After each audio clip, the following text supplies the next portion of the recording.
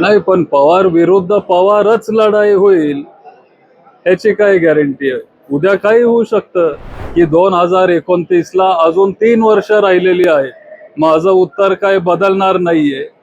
एका वर्षात खूप काही गोष्टी बदलू शकतात. आपण 29ला बघू, तुम्ही 28ला मला विचारा, तेव्हा मी तुम्हाला सांगेन. विजय दादा स्पर्धेकरांचा संवाद बैठकीचं आयोजन करण्यात आलं होतं. कसे कसे आता पक्षाची मागणी करण्यात पक्ष प्रवेश कोर्टाचा नाही, आता परवा पवार साहेबांनी चव्हाण सेंटरला एक मीटिंग बोलवली होती मुंबईत. मग तिथं आपले प्रांताध्यक्ष शशिकांत शिंदे साहेब होते, जयंत पाटील साहेब होते, सुप्रियाताई होते, पक्षाचे सगळे ज्येष्ठ नेते तिथं त्या मीटिंगला आलेले. आणि तिथं आम्हाला सांगण्यात आलं की लवकरात लवकर तुम्ही सगळे नियुक्त्या करा. जी पदं आता रिकामी आहेत तिथं तुम्ही चांगली लोक नेमा. आणि त्या पद्धतीने आम्ही आमचं काम सुरू केलंय. मी आपले जिल्हा अध्यक्ष महादेवांना कोंढरेंची वेळ घेतली, भारतीताई शेवाळेंची वेळ घेतली, आपले प्रमोदजी आहेत त्यांची, ही सगळ्यांची वेळ घेऊन आज आम्ही हा कार्यक्रम इथं ठेवला. दादा खरं तर तुम्ही कार्यकर्त्यांची मागणी आहे की 29ला देवेंद्र पवार आमदार व्हावे लागते, मुख्यमंत्रीपर्यंत देखील इच्छा व्यक्त केली गेली.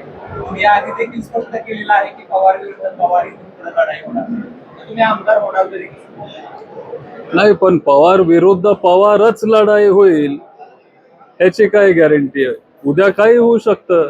2029ला देवेंद्र पवार उभं राहणार बारामती विधानसभा मतदारसंघात. उद्या मी तुम्हाला जयदीप सर आधी पण सांगितलेलं आहे की 2029ला अजून 3 वर्ष राहिलेली आहे. माझं उत्तर काय बदलणार नाहीये.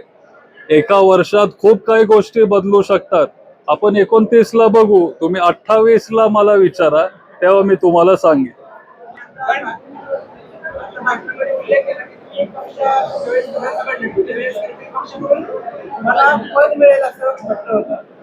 काय भावना होती, काय वाटलं, म्हटलं होतं नाही, असं वाटलं होतं. काय काय वाटलं होतं म्हणजे त्यावेळी अहो, इथं ज्यांचं डिपॉझिट जप्त झालंय त्यांना मोठी मोठी पदं मिळालेली आहेत. त्याच्यामुळं असं ते माझी चुकीची अपेक्षा असू शकते की आपल्यालाही काहीतरी मिळेल, पण तसं काही झालं नाही. आणि ते माझ्या फायद्याचं ठरलं. आता पाचसा फायदा कसं झाला?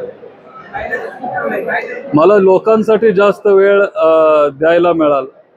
लोकांमध्ये मी जाऊ शकलो, कुठल्याही पदात मी अडकून राहिलो नाही. आणि काही लोक फक्त पद घेतात पण त्या पदाला न्याय देत नाहीत किंवा ते काम ते करत नाहीत. मला तसं करायचं नव्हतं. त्याच्यामुळे इथं बारामतीकरांसाठी मला जास्त वेळ देता आला. लोकांमध्ये मला जास्त जायची संधी मिळाली आणि ते माझ्यासाठी चांगलंच झालं. आज नवीन कार्यकर्त्यांची निवड केली, बहुतांश तुम्ही कार्यकर्त्यांना नियुक्ती पत्र दिले. पक्ष संघटन वाढवण्यासाठी नेमकं कशा पद्धतीनं काम सुरू आहे?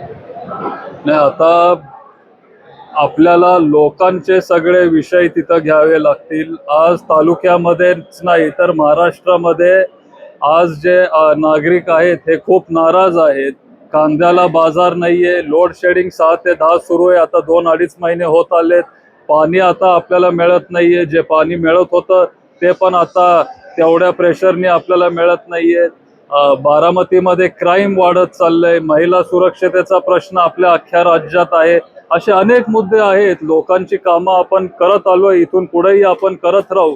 आणि जर आपण ती कामं केली, कुठलीही सत्ता नसून, तर मग लोक आमच्या सोबत येतील.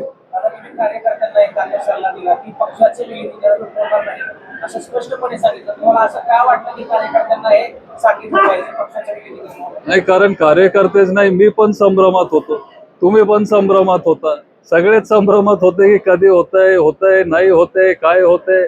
पण ते आता होणार नाहीये. आणि आपली भूमिका ही आपण क्लिअर केली पाहिजे. आपले जे प्रदेश अध्यक्ष आहेत शशिकांत शिंदे साहेब, त्यांनी पण तिथं क्लिअर केलं की असं विलिनीकरण होणार नाही. आणि तो त्यांचा निरोप, तो संदेश कार्यकर्त्यांपर्यंत पोचावा, त्याच्यामुळे ते मी बोललो. विलीनीकरणाच्या चर्चांमुळे पक्ष संघटनेमध्ये दुखणे निर्माण झाले का, दुरावा निर्माण झाला का, ते त्याबद्दल प्रश्न उपस्थित केले गेले का, असं तुम्हाला वैयक्तिक नाही, आता काय आहे, विलिनीकरण आता होणारच नाहीये. दादा चर्चा होती, ठीक आहे, शेवटी राजकारणात काय होईल कधी होईल सांगता येत नाही. उशीर झालाय तोपर्यंत जे पक्ष संघटन होतं ते विस्कळलेलं आहे कार्यकर्ते दुरावले नाही. असं का वाटतं का? थोडे कार्यकर्ते नाराज झाले असतील, अगदीच नाही असं म्हणता पण येणार नाही. काही कार्यकर्ते असतील ज्यांना वाटलं असेल की नको असं व्हायला, पण आता ते होत नाहीये. त्याच्यामुळे ते नाराज कार्यकर्ते पण परत एकदा आपल्या पक्षात आलेत आणि आपलं चांगलं काम ते करतायत. याचा सगळ्यात मोठा फटका तुम्हाला बसला असं वाटतं का? माळेगाव सहकारी साखर कारखाना असेल, बारामती नगर परिषद, नगरपालिका असेल, नगरपालिका असेल, वैयक्तिक वाटतं की या विलिनीकरणाचा फटका स्वतः युगेंद्र पवार मला असं वाटत नाही, अजिबात नाही, अजिबात नाही. कारण आपण अजितदादांसोबत जाणार होतो आणि विलिनीकरण जर झालं असतं तर पवार साहेबांनी, अजितदादांनी 100% माझी काळजी घेतली असती, हा विश्वास मला आहे.